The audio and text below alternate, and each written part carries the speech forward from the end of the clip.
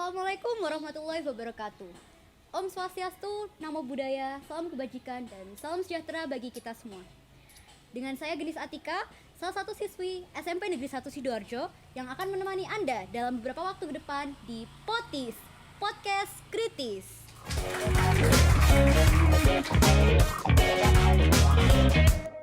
Membahas mengenai COVID-19 yang telah kita hadapi selama kurang lebih 2 tahun, membuat banyak perubahan yang ada di Indonesia ini terjadi. Pandemi virus corona telah menjungkir balikan segala hal, termasuk segala kebiasaan yang selama ini sedang berjalan. Pasca pandemi, sejumlah ahli memprediksi kebiasaan-kebiasaan akan banyak mengalami perubahan.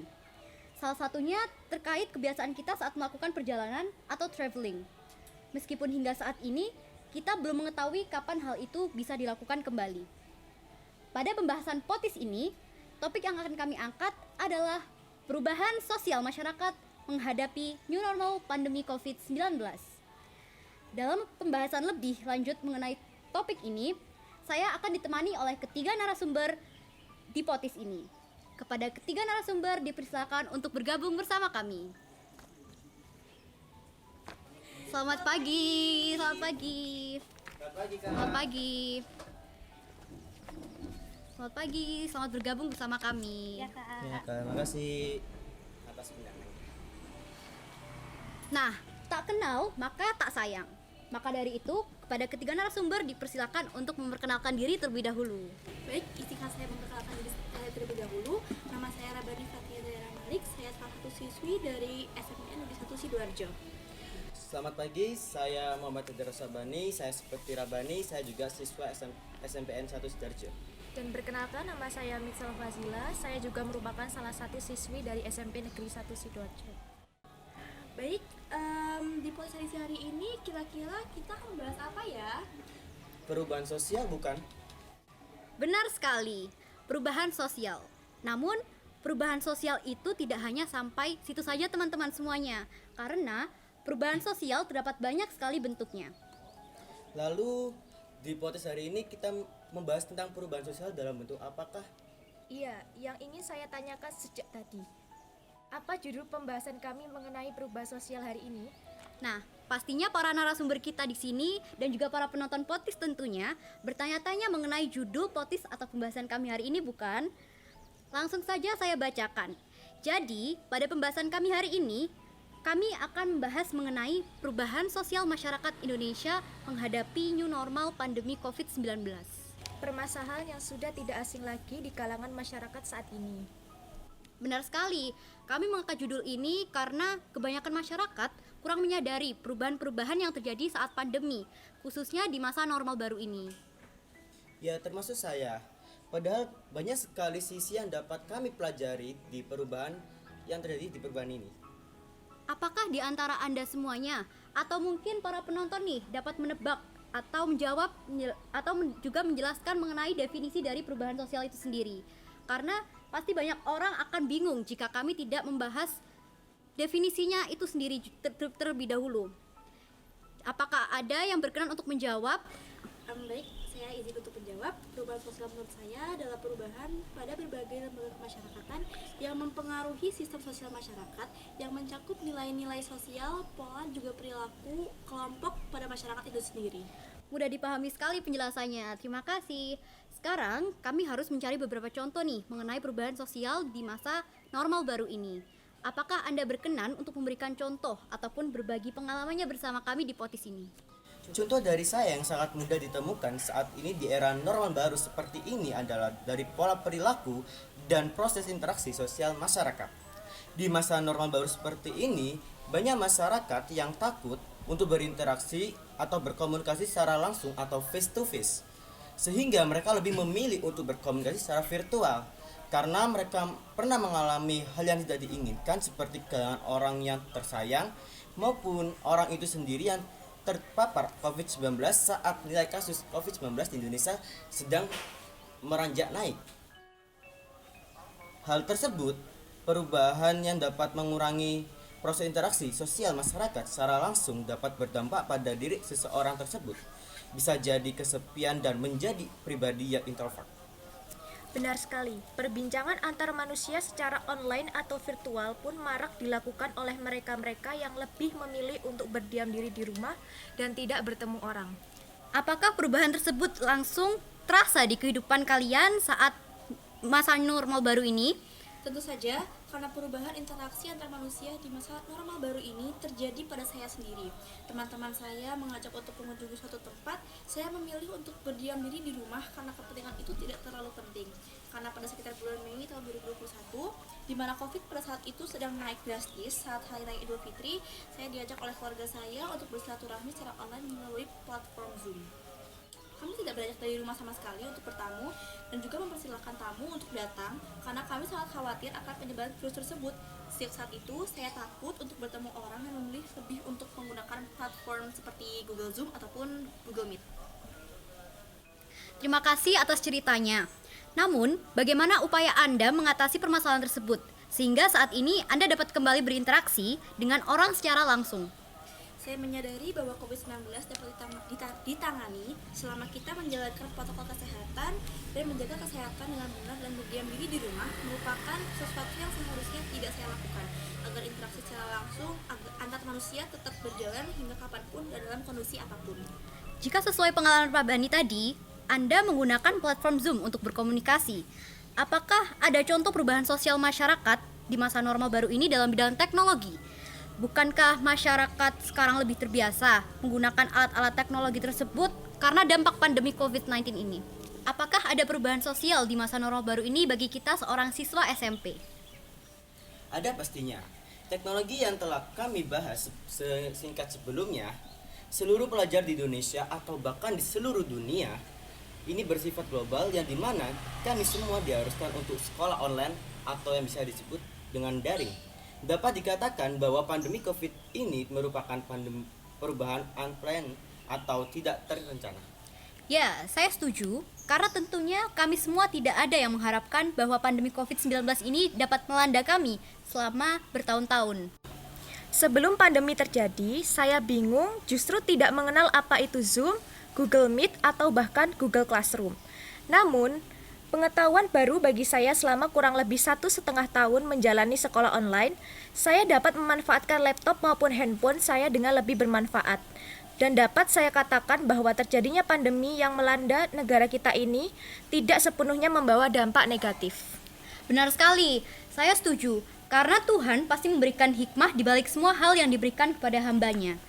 Untuk pertanyaan saya bagi para penonton podcast ataupun narasumber yang sedang berada bersama saya di sini, apakah kesan pertama Anda setelah mendapat informasi dari guru maupun pemerintah mengenai pembelajaran online pertama kali diadakan di Indonesia pada saat itu? Untuk saya sendiri, saya merasa gugup karena belum terbiasa untuk melakukan hal itu. Berbeda dengan saya merasa bahwa sekolah online memberi dampak positif bagi saya karena saya dapat meluangkan waktu lebih lama di rumah dan sekolah online dapat memberi waktu bagi saya untuk mengembangkan diri saya sendiri dan mempelajari hal-hal baru. Selain itu juga, daring tentunya lebih santai dibandingkan dengan sekolah offline. Namun, jika kami daring secara berkepanjangan, pekerjaan rumah yang kami dapat pun lebih banyak sehingga kami bingung mengatur waktu antara belajar dan mengerjakan pekerjaan rumah tersebut. Dan kami tidak dapat bertemu teman-teman, apalagi dalam beberapa bulan ini kami akan lulus dan tidak bertemu lagi. Teman apa teman? Selain mengenal teknologi dari sekolah online yang berdampak pada perubahan sosial, apakah Anda dapat menambahkan contoh lainnya nih dari perubahan sosial? Saya akan memberikan contoh perubahan sosial yang tidak lagi asing bagi kita, yakni setelah masa pandemi atau masyarakat lebih menggunakan dengan masa era baru. Sebelum pandemi ini terjadi, saya tidak pernah menggunakan masker jika berkunjung ke suatu tempat atau keramaian. Tidak perlu khawatir akan penyakit jika berkerumun, dan menjaga kesehatan pun juga sering saya hiraukan.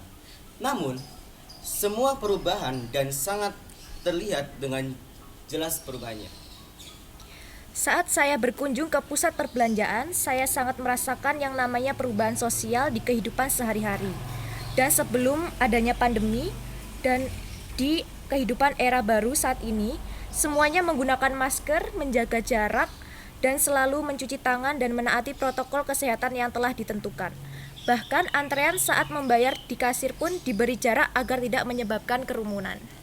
Nah, setelah melihat dan merasakan perubahan sosial tersebut secara langsung, bagaimana tanggapan Anda jika terdapat beberapa kelompok orang yang tidak menggunakan maskernya saat mereka berada di tempat umum? Tentunya saya heran terhadap orang tersebut karena di masa melonjaknya angka COVID ini, mereka tidak memperdulikan dirinya sendiri maupun orang di sekitarnya. Dan jika mungkin, saya ingatkan orang tersebut untuk memakai masker dan lebih mematuhi protokol kesehatan.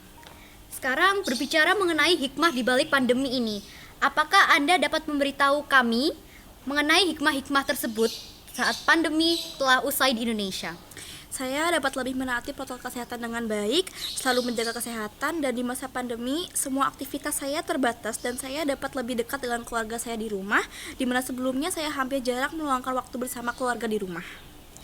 Jadi, dapat disimpulkan bahwa dengan adanya pandemi COVID-19 ini, kami tidak seutuhnya dirugikan. Izinkan untuk menambahkan bahwa pandemi COVID ini merupakan perubahan sosial secara revolutif dan cepat. Jika perubahan sosial itu terjadi secara revolutif, apakah Anda dapat menjelaskan apakah perubahan sosial secara revolutif itu? Perubahan sosial secara revolutif adalah perubahan sosial yang terjadi secara cepat dan tidak terencana sebelumnya. Bolehkah Anda memberikan contoh lain dalam bidang kehidupan masyarakat di era normal baru ini? Contoh lain dari perubahan sosial masyarakat dalam menghadapi era new normal COVID-19 ini, yakni munculnya kebiasaan baru dari masyarakat untuk berbelanja secara online. Hal ini telah biasa mereka lakukan saat pandemi terjadi dan hingga saat ini juga.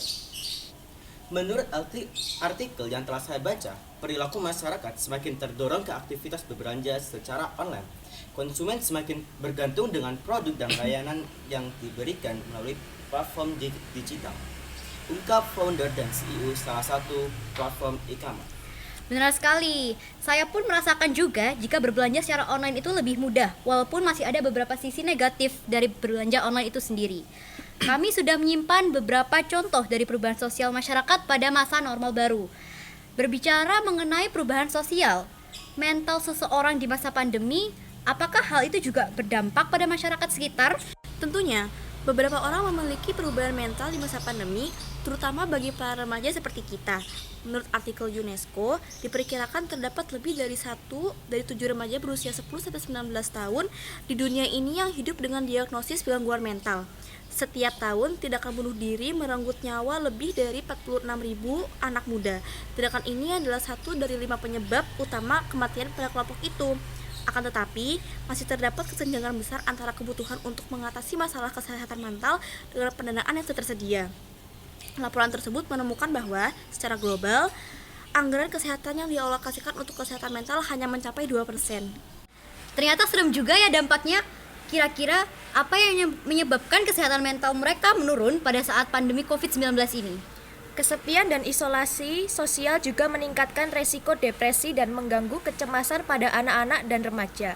Selagi sekolah masih menyelenggarakan pembelajaran jarak jauh, anak dan remaja harus lebih mendapatkan perhatian terkait dengan kondisi mental mereka. Remaja dan orang dewasa muda berusia 18 sampai 24 tahun diketahui banyak merasa kesepian pada masa pembatasan sosial.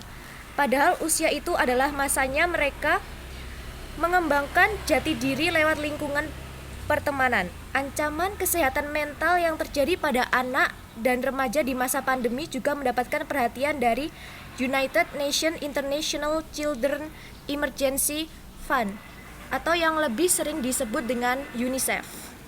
Baik, terima kasih atas penjelasannya. Ternyata tidak terasa ya waktu kita berdiskusi di podcast ini cukup lama juga.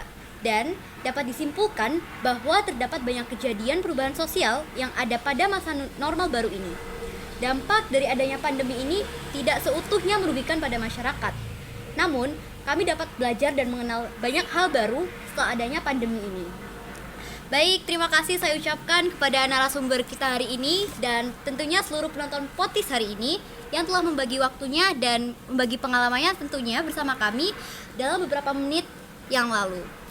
Tak lupa juga saya ucapkan terima kasih kepada seluruh teman-teman yang selalu mendukung podcast ini. Kalau ada kesalahan mohon dimaafkan, kalau ada yang sayang mohon diungkapkan. Terima kasih. Wassalamualaikum warahmatullahi wabarakatuh.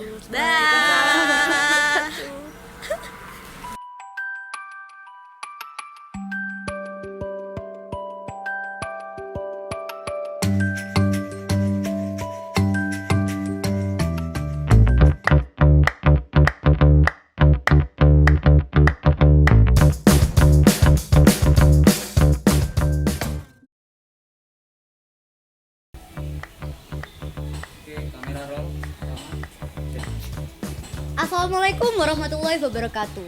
Berkomunikasi.